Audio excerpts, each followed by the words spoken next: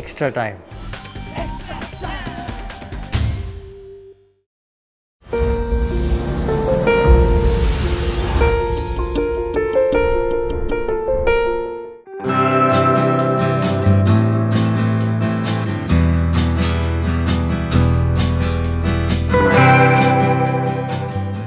15 বছর পর পরপর 2 লেগেই ডার্বি জিতল ইস্টবেঙ্গল। রবিবারের ডার্বি জয়ের পর সোমবার ইস্টবেঙ্গল শিবির অকাল হোলির মেজাজে। এদিন ছিল ব্রেন্ডনের জন্মদিন। একে তো ডার্বি জয়ের সেলিব্রেশন, তাই বার্থডে কেক খাওয়ার বদলে ব্রেন্ডন কাসিমদের মুখেই তা মাখানো হলো ভালো করে।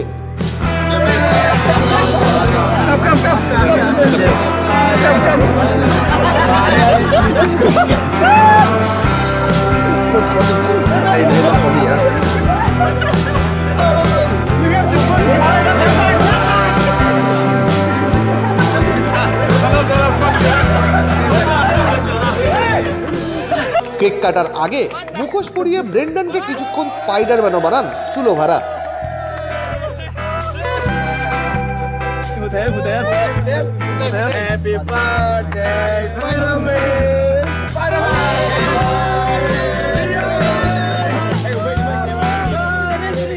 অন্যদিকে ফুটবলারদের এই ফিল গুড মেজাজের রেশ ছিল সমর্থকদের মধ্যেও। প্রথম ডার্বি জয়ের পরদিন ফুটবলারদের জন্য নলেন গুড়ের রসগোল্লা এনেছিলেন সমর্থকরা।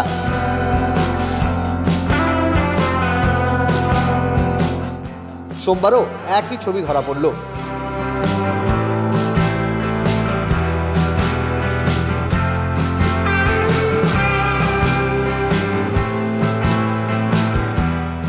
ফুটবলারও তো খেলেনি, একই সঙ্গে এনরিকে এস্কুইদার বাবাও এদিন প্রথমবার এই মহার্ঘ খাবারটি চেখে দেখলেন।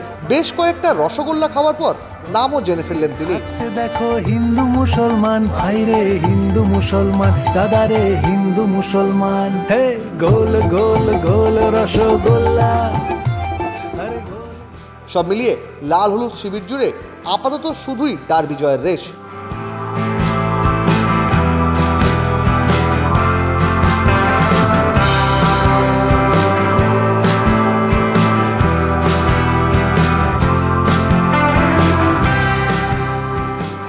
এদিকে এর মধ্যে আবার এদিন অনুশীলনের মাঝে হাঁটুতে হালকা চোট অনুভব করায় হাসপাতালে যান জনি অ্যাকোস্টা ও টনি ডোভালে।